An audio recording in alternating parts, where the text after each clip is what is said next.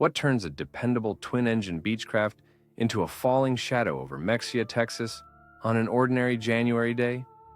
In a sky built for second chances, two propellers, redundant systems, the safety net snapped in seconds. A private flight became a search grid, and routine radio calls gave way to silence. Investigators would later collect bent metal and scattered clues, but the story begins long before the impact.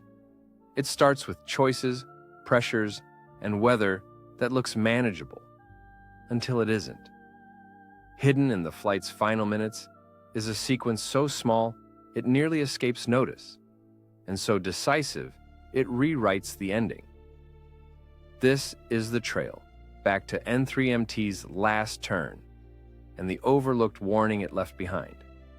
On January 21, 2000, a privately operated Beechcraft B55 Baron, tail number N3MT, went down near Mexia, Texas, and a flight that should have blended into the winter traffic of general aviation instead became a question mark. A light twin that had lifted off into ordinary January air ended its journey in pastureland and cedar scrub, a few miles from a small-town airfield. Within minutes, the routine cadence of a traveling day, fuel receipts, weather briefings, radio handoffs, was replaced by emergency dispatches and coordinates relayed over scratchy radios. By evening, the wreckage perimeter was taped off, the sheriff's cruiser lights splashing against mesquite, and what had been a private trip was now a public investigation. Mexia sits in the rolling center of Texas, east of Waco, a place where flying is a practical way to shorten distances between scattered counties. The local airport is a modest, non-towered field typical of the region, a couple of runways cut straight through grass and utility lines, with a handful of hangars facing open sky. On that Friday, the wind pushed lightly across the prairie, and people at nearby ranches later recalled hearing aircraft come and go the way they always do. Distant, unremarkable, a background hum. It was only when sirens converged on a rural road and first responders fanned out on foot that the day's ordinariness cracked. The airplane involved was a Beechcraft Baron, the B55 variant, a two-engine workhorse with a reputation for solid construction and brisk performance. In the registry, N3MT was just one of thousands of privately owned Barons, a type prized by business owners and experienced private pilots who value speed and range without stepping up to turbine costs. Two six-cylinder engines turned constant speed propellers, and the cockpit layout reflected classic Beechcraft ergonomics. Tidy, mechanically reliable, but demanding in workload when things go wrong. Redundancy is a promise in a twin, not a guarantee. And on that day, redundancy proved to be a thin margin. What investigators confronted at the scene was the familiar choreography of a rural crash response. Volunteer firefighters and sheriff's deputies secured the area.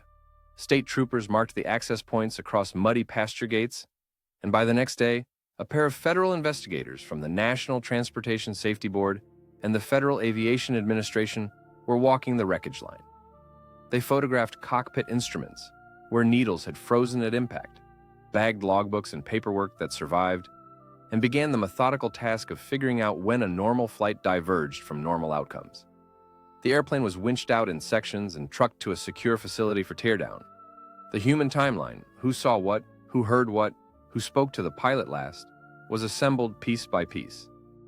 Crashes like this one rarely announce a single cinematic cause. They arrive instead as small contradictions, a reliable platform undone by an undetected condition, a sturdy airframe that runs out of altitude, airspeed, or options at precisely the wrong moment. In Central Texas, winter flying can be deceptive. Layers of low clouds scudding beneath higher ceilings, moisture hanging in the air, winds that feel manageable on the ground, but sheer across altitude bands. Whether the day's conditions played a central role or merely shaped the margins would become part of the inquiry, along with the machine's health and the person flying it. By the time the last emergency vehicle pulled away, the outlines of the story were set. A private Baron, a normal day, and an outcome no one anticipated. What remained were the particulars that give shape to probability, the skill and currency of the pilot, the maintenance pedigree of the airframe and its engines, and the purpose that set N3MT on course that day. To understand how a dependable airplane ended in a pasture outside Mexia, we first need to know who was at the controls, what they were flying, and why this trip mattered enough to launch. Before anyone could chart the last minutes of N3MT, investigators needed a starting point. Who was flying, what condition the machine was in, and why the trip was undertaken at all. That baseline matters because it sifts the preventable from the unforeseeable. A Baron doesn't fly itself, and it doesn't fail without leaving breadcrumbs in paperwork, training records, and the logbooks that tell a quieter story than the wreckage. Establishing those facts is the first discipline of accident work. It fixes the margin of error within which every later decision played out. The pilot's experience becomes the first ledger. Inquiries typically begin with certificates and ratings, private or commercial, instrument qualified or not, and then move to recency, the last flight review, the currency of night landings, the date of the instrument proficiency check if instrument flight was planned or possible. Total hours matter less than recency and type, because the Baron demands respect for asymmetric thrust and single-engine handling that can punish rusty reflexes. Investigators look for patterns in the pilot's calendar, whether the weeks before were light or heavy with flights, whether there was recent simulator time, and whether any training specifically addressed engine-out procedures, manual gear extension, or outdated autopilot quirks common to legacy panels. They check the medical certificate not only for dates, but for disclosed conditions and medications that could dull reaction time or impair judgment. None of those inputs on their own explain a crash. Together, they outline the human bandwidth available when the unexpected arrived. Parallel to the person is the airframe's pedigree. Maintenance history under Part 91 hinges on the annual inspection and compliance with airworthiness directives. If the airplane flies for hire, a 100-hour inspection also comes into play. But most privately operated Barons live on the annual cadence, with interim work logged for squawks as they arise. Investigators read these entries for more than legality. They look for rhythm and attention, a steady tempo of oil analysis, magneto inspections, prop governor checks, cylinder compressions, and the kind of preventive work that suggests an owner who fixes emerging issues rather than nursing them to the next scheduled event. Time since major overhaul on the Continental engines and time since overhaul on the propellers help frame the reliability question. Fuel system notes, valve rigging, selector placards, and any modifications can hint at management traps in a cockpit with multiple tanks and crossfeed options. Equipment lists tell another story, whether the aircraft carried de-ice boots, heated props, and reliable pitot heat, whether the autopilot was fully functional or placarded inoperative, whether the GPS was IFR certified or a VFR convenience. In Legacy Twins, a single inoperative instrument can raise workload to the edge of error in winter weather. The third leg of the baseline is purpose. Flights undertaken for business or to meet family obligations tend to carry the quiet weight of schedule, the soft pressure that nudges a pilot to launch in good enough conditions and to thread margins that might otherwise be left alone. A repositioning hop to collect maintenance or a test flight after recent work introduces its own hazards, with systems cycled under stress and attention spread thin. Purely personal flights can be the safest and the riskiest. No one to impress, but no dispatcher to say no. Investigators try to reconstruct the day around the flight. Calls made, meetings planned, hotel reservations canceled or kept, to measure how much external pressure might have crept into cockpit decision-making. In Central Texas, where distances are long and interstates are crowded, a Baron can feel like a practical necessity. That logic, as mundane as it is, becomes a factor when the pilot weighs staying on the ground against getting there on time. What emerges from those three strands is not a verdict, but a contour. A current, disciplined pilot in a well-maintained airplane on a flexible schedule approaches risk differently than one flying to a deadline in a machine with deferred maintenance and a bulky autopilot. The baseline also serves as a check against easy narratives. A skilled pilot can be trapped by weather. A meticulous maintenance record cannot immunize aging components from sudden failure. A simple purpose can still invite complex hazards.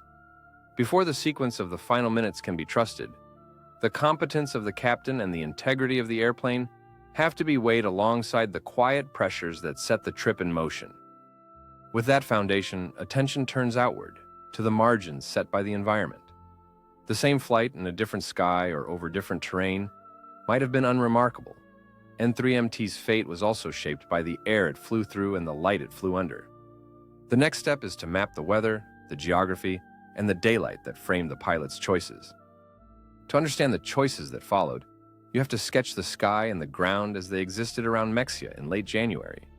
Winter in central Texas rarely deals in blizzards. It deals in ambiguity. A cold front stalls somewhere between the piney woods and the hill country. Gulf moisture rides up the Brazos, and the result can be a shallow blanket of stratus that clings to the landscape, lifting and lowering by a few hundred feet across the span of a county. Visibility in the morning may be legal but marginal. Ceilings can hover in the MVFR range, breaking to VFR here and there, then sagging again by afternoon. It is a season of narrow margins for a single pilot in a light twin, where comfort depends less on raw numbers than on how frequently those numbers change. The local terrain offers little relief. Limestone prairie rolls gently toward the Trinity River bottoms, with cedar breaks, patchwork pastures, and the flat mirrors of stock ponds and reservoirs. That gentleness is deceptive from the cockpit, when a low overcast erases the horizon and winter grass drains the color from the ground.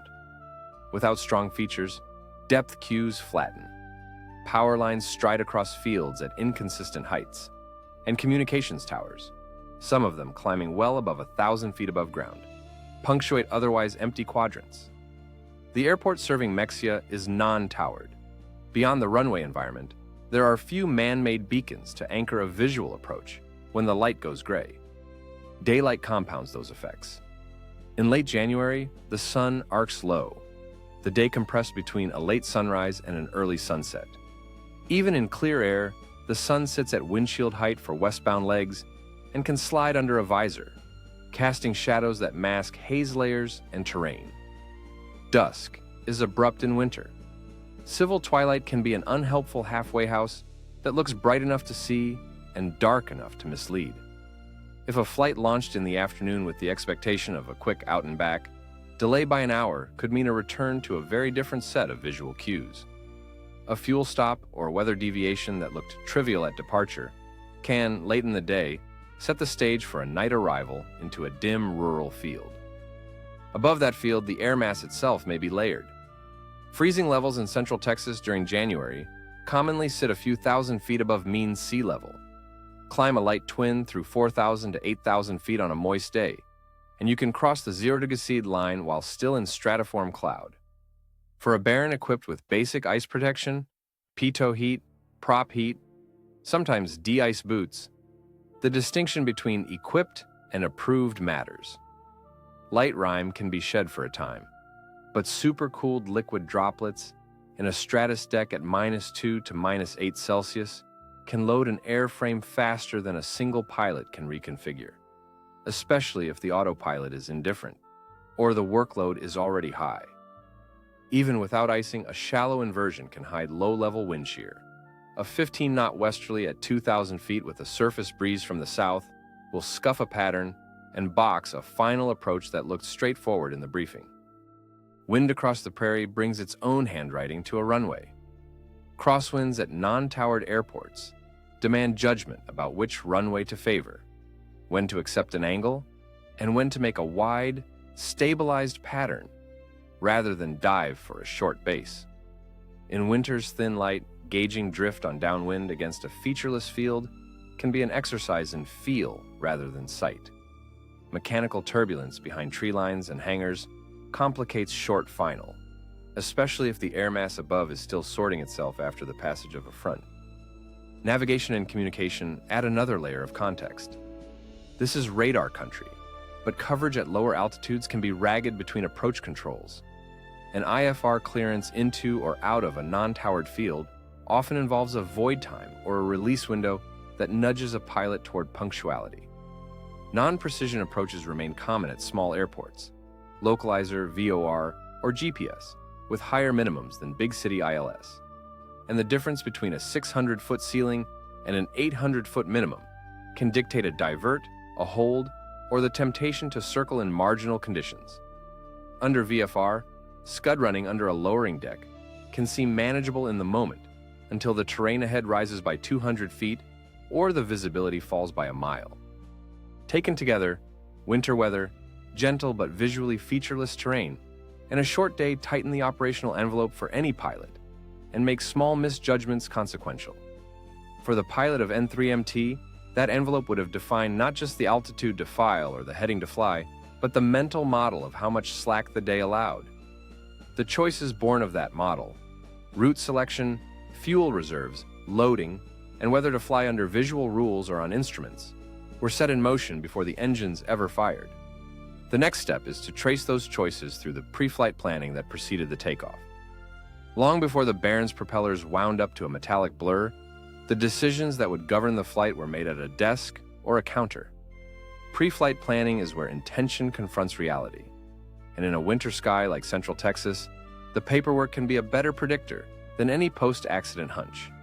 Investigators working backward treat those notes, calls, and habits as a window into mindset.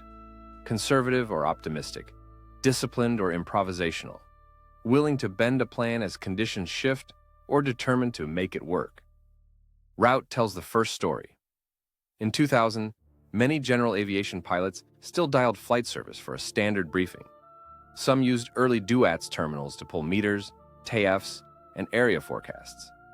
A pilot choosing a direct route under visual rules on a day of fluctuating ceilings was signaling comfort with scud layers and the local geography.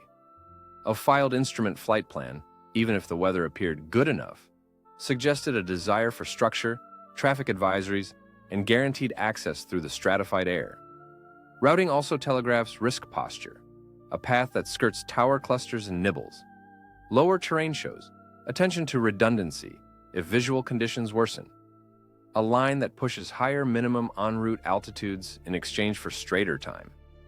En route can reflect confidence in both equipment and pilot proficiency. In this patch of Texas, an IFR clearance at a non-towered field often comes with a release window, a subtle clock that can tighten judgment when a departure is delayed. Fuel planning is the next mirror. A Baron's tanks offer generous endurance by light plane standards, but winter's variability can eat reserves with holds, reroutes, or descents into stronger headwinds below a cloud deck. Regulations set the floor. Day VFR requires enough fuel to fly to the first point of intended landing plus 30 minutes. Night VFR and IFR require 45 minutes after reaching the alternate. But culture sets the ceiling. Pilots who habitually plan to land with an hour or more show a bias toward margin. Those who treat the regulatory minimum as the target reveal a willingness to let circumstances trim the cushion. The paperwork trail, fuel receipts earlier in the day, a line service record, or a remark in a log helps reconstruct whether this trip launched heavy with fuel or assumed quick legs and easy weather. In twins with multiple tanks and cross-feed options, a written tank switch plan is more than neatness. It prevents an avoidable crisis from an imbalanced draw or a forgotten selector. Weight and balance rarely make headlines, but they sculpt the airplane's manners. The Baron's loading envelope is forgiving, yet it has edges. Baggage pushed into the aft compartment, full auxiliary fuel, and a light front seat can move the center of gravity toward the aft limit, where pitch becomes sensitive and stalls crisper, especially in slow flight or on a single engine. Investigators look for the granular clues, baggage claim checks, tool cases, the position of the seat rails, the presence of passengers, to see whether the pilot's math was generous or wishful. Cold air and a long runway help performance, but they don't fix a trim that's 2 turns out of comfort. A carefully drawn loading sheet, even on a scrap of paper, marks a pilot who anticipates the airplane's behavior as fuel burns and the day unfolds. The biggest tell, however, is the choice between VFR and IFR. Filing and flying on instruments when the forecast is marginal is a statement about workload management and options. It buys altitude, navigational guidance, and controlled entry into and out of clouds. It also commits a single pilot to higher procedural demands if automation is limited or placarded inoperative. Choosing VFR can be entirely rational when ceilings are expected to lift and the route is short, yet a pilot who adds a personal minimum, no launch without a clear 2,000-foot ceiling and 5 miles, shows a habit of stepping back from the legal edge. Conversely, a plan to depart VFR and pick up IFR in the air on a day of spotty radio coverage suggests a willingness to thread a needle. The selection of alternates completes the picture. A large regional airport with precision approaches as the bolt hole points to conservative thinking. A smaller strip closer to the intended destination might indicate the pull of convenience. Layered atop these elements are the tells of a cockpit culture. Annotated approach plates clipped and ready even for a VFR day, a kneeboard with frequencies and step-down fixes, or a casual reliance on memory. The winter light, the non-towered environment, and the terrain all argued for a plan that tolerated delay and embraced flexibility. The plan chosen, whatever it was, reflected how the pilot balanced time, complexity, and comfort. All of this exists on paper until the airplane moves. Once the Baron taxied and the run-up was complete, the plan met the air, and the record becomes a mosaic of voices and returns. The next task is to follow that mosaic through radio tapes, radar tracks, and airport logs to see how the departure and the first crucial minutes actually unfolded. Once the plan left the page, the only honest record was what the airplane and the radios reported. For investigators, that meant triangulating 3 imperfect sources: the airport's modest paper trail, tapes from the regional controllers who watched that piece of Texas sky, and radar returns that don't care about intentions. Pull them together and a sketch of the departure appears. Calm at first, then untidy around the edges. The airport could offer only slivers. At non-towered fields like Mexia's, there is no tower tape, just a fuel receipt timestamp, an operations log noting Baron Dep, and the memories of people who were close enough to hear, but too far to see details. A line technician remembered the sound of a routine run-up near the end of the runway, engines cycling cleanly through magneto checks, propellers biting and flattening as they were exercised. The AWOS on the field ticked out an observation that fit the season: ceiling layered, visibility workable, winds light but angled. Nothing in those lines suggested a flight that couldn't be flown. The radios picked up where the ground left off. Shortly after rotation, the Baron's call sign reached the regional approach frequency, a standard check-in from a pilot either seeking flight following or picking up an instrument clearance in the air. The tapes capture an exchange that would be familiar to anyone who flies in and out of rural airspace. A calm voice reading back a transponder code, the controller acknowledging radar services when able, and the mechanics of integrating a small airplane into a traffic picture dominated by airliners farther off. There is no hint of strain in those first transmissions, no request for special handling, just the cadence of a pilot and a controller doing what both have done many times. On the scope, the Baron appeared at a sensible altitude for a short leg, climbing steadily as Mode C reported the pressure altitude. The ground speed calculated from the distance between sweeps matched what a lightly loaded B55 should show in a climb on a winter day. The track turned on course in a gentle arc, favored by a right-hand pattern departure. For several minutes, the returns were the aviation equivalent of a metronome, predictably spaced, smoothly ascending. Controllers who later reviewed the sequence described it as unremarkable. Then the clean geometry began to fray. The first clue was subtle, a slight wander in heading that did not correspond to a vector, followed by a reduction in rate of climb that put successive altitude reports closer together than expected. The controller made a routine transmission, the sort that checks a pilot's intentions when a target doesn't do exactly what it said it would do, and received a brief acknowledgement. Seconds later, the assigned transponder code flickered back to the generic VFR code and then returned, a hiccup that can happen in turbulence or during a reach across the panel. The Baron's ground speed ticked down, then up, then down again. Radar coverage in that sector has seams at lower altitudes, and the track dipped through one. When the return reappeared, the airplane was slightly left, of course, at a few hundred feet lower than it had been before the gap, and turning. The controller tried again, this time with a little more urgency, and was answered with a clipped response that did not read back any instruction. It is here, in the nearly invisible shift from routine to distracted, that the historical record gets tight. Each sweep of the radar tells a story measured in seconds, and each transmission is weighed for clues in tone and timing as much as in content. Back on the ground, the airport's sketchbook had one more page. A driver on a county road recalled seeing a twin-engine airplane low, banked more than usual, but could not say whether it was climbing, descending, or simply turning in the pattern. Another pilot, inbound to a neighboring strip, heard a half-transmission on the common advisory frequency, just a call sign fragment, followed by silence. None of it proves a cause. All of it colors the minutes in which a normal departure stopped looking normal. By the time the track began to swing more decisively off course, the tape shows the controller offering options, headings, altitudes, even a suggestion to maintain present altitude if able.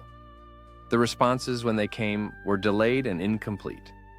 The mosaic of tapes and returns ends with the loss of radar contact and a final unanswered call. In the data leading up to that moment are the earliest anomalies, subtle altitude deviations, wavering speeds, and a turn without a clear instruction. That point to the first trouble no one recognized as decisive in real time. The next step is to isolate the first clear sign of crisis and test what it tells us about cause, whether it began with airspeed, altitude, or something mechanical that changed the script. When investigators replayed the mosaic of recordings and returns, they were looking for the seam where routine begins to unravel. It does not present as a dramatic call. It presents as math. Mode C altitudes that, second by second, stop climbing at the expected rate. A track that drifts a few degrees without a vector. Ground speed that varies in a way the winds aloft cannot fully explain. On paper, these are small departures. In a cockpit, they are the first tugs on a pilot's attention. The earliest consistent anomaly appears in the climb. After liftoff, the Baron's recorded altitudes rise smoothly, then flatten for 2 sweeps before climbing again. A stair-step profile that can reflect a clearance restriction, a trim adjustment, or the onset of reduced performance. Controllers did not issue a level off. The pilot did not report a change in plan. The ground speed, meanwhile, shows light oscillations out of proportion to the wind reports. In a light twin, one explanation sits high on the list: an engine not delivering full power, the kind of partial loss that hides inside the noise of a winter day. Partial power is a subtle thief. It erodes climb more than it announces itself in sound, and it often leaves the pilot managing a small yaw with rudder and a little bank without consciously naming the problem. Airspeed instability is the next thread. While radar cannot read a needle, investigators can infer speed trends from successive position updates. The Baron's implied speed decays slightly, recovers, then decays again, just as the target begins a turn.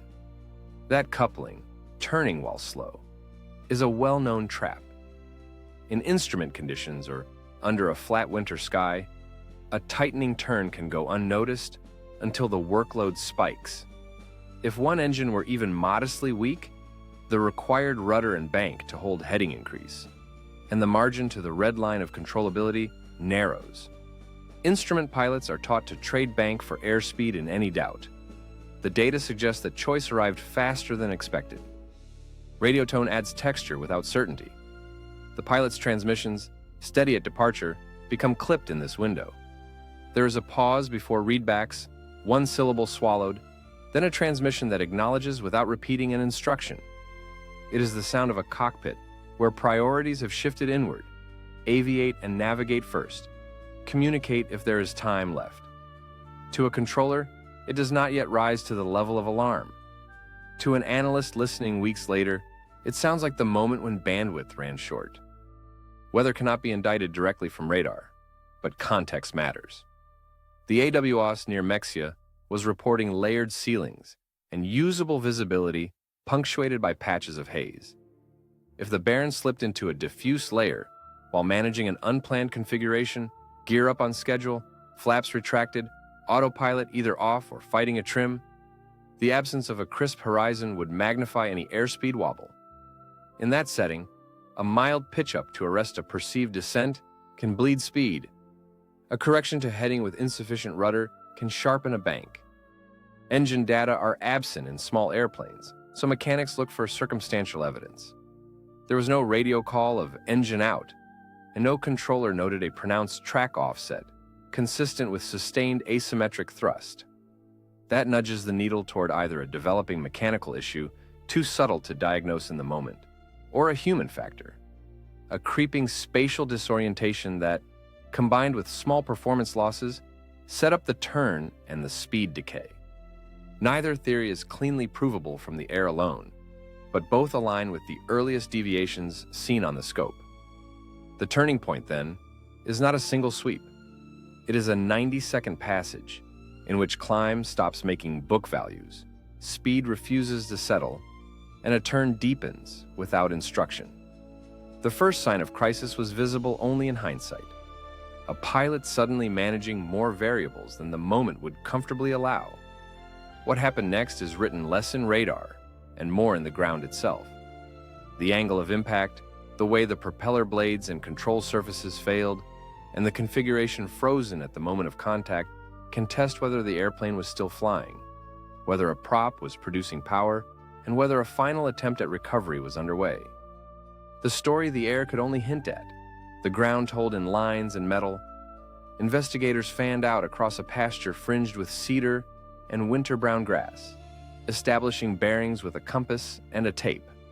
The first scar was a gouge no wider than a tire, cut at a shallow angle to the intended course, followed by a fan of dirt and aluminum that curled to one side. Beyond it, a compact debris field, dense rather than strung out, suggested energy collected more vertically than horizontally in the final seconds. This was not a long, sliding arrival. It was a rapid, tightening loss of control brought to an abrupt end. Impact geometry lives in small angles. The arc of crushed leading edge on one wing, deeper and more continuous than on the other, pointed to a bank at contact. The nose section showed axial compression consistent with a steep nose-down attitude, but not the near-vertical post hole of a plunge. There was still forward motion. Control surfaces, when laid out and checked, were present with continuity verified where possible. Brakes attributed to overload rather than pre-impact failure. The trim tabs were found near neutral. No evidence of a desperate last-second retrim. But trim can be thrown on impact, and no single reading was treated as a verdict. The propellers offered one of the few mechanical signatures that survive violence. One hub's blades were curled with classic S bending and bore chordwise scoring, marks made when a rotating blade meets earth with power. The other displayed less twist and fewer leading-edge gouges, more like a windmilling disc than a driven one. Feathering, which would align the blades with the airflow to reduce drag, leaves its own fingerprint in blade angle and governor position. There was no clear sign of a fully feathered prop at impact. Read together, those clues align with a scenario in which one engine was producing more power than the other at the end, whether because of an undetected partial loss or because a pilot short on time and altitude was in the midst of diagnosis and adjustment. Configuration evidence narrowed the possibilities. Gear components were clustered within the main wreckage. There were no long furrows or torn tires preceding the first gouge. That argues for the landing gear being retracted at contact, congruent with an en route or climb phase rather than a deliberate landing attempt. Flap actuator positions and the geometry of the flap hinges, distorted as they were, suggested flaps at or near the up position. In a Baron, flaps down during a single engine struggle can be a liability if not managed with airspeed to spare. Their apparent absence here hints at a pilot trying to keep the airplane clean and controllable. The cockpit was a study in violence and inference. Levers don't hold their positions through deceleration forces, but investigators still note their post-crash placements and the condition of the linkages. Throttle and prop controls on one side were found forward of their mates, consistent with an attempt to find and hold power, while mixtures were not obviously at idle cutoff. Fuel selector positions, where readable, favored the mains. Crossfeed, if selected in flight, is often unhelpful in a crisis and was not evident as a pre-impact configuration. The magneto switches were on. Circuit breakers told no tale. The autopilot, if engaged earlier, would have kicked off with the first gust of asymmetry. Its servos in the wreckage didn't offer a timeline. Even the instruments carry memory. An attitude gyro can show rotor scoring and face slippage that indicate it was spinning at impact. Evidence of electrical and vacuum health seconds before the end. Needle positions are notoriously unreliable post-impact, but an altimeter that has not unwound and an airspeed needle pinned low rather than mid-range belong in the conversation. Seatbelts were used. Headsets lay tangled near the yokes, one with a mic boom bent sharply as if removed in haste. Put together, the ground scene supports a consistent picture. A bank increasing toward one side, airspeed likely decaying, an asymmetric thrust present but not cleanly controlled, a profile compatible with a single pilot light twin nearing or crossing the threshold of minimum controllable airspeed with one engine lagging. The compact debris field speaks to a last turn that tightened faster than the recovery could be made. The powered signatures on at least one prop suggest the pilot was still working the problem until contact. These are conclusions drawn from scars and fragments, not from confession. They tell us how the last seconds looked, but not why the sequence began. To answer that, we have to backtrack from impact to the first deviation and ask what warning, subtle, brief, and overlooked, signaled the shift from manageable anomaly to irreversible loss.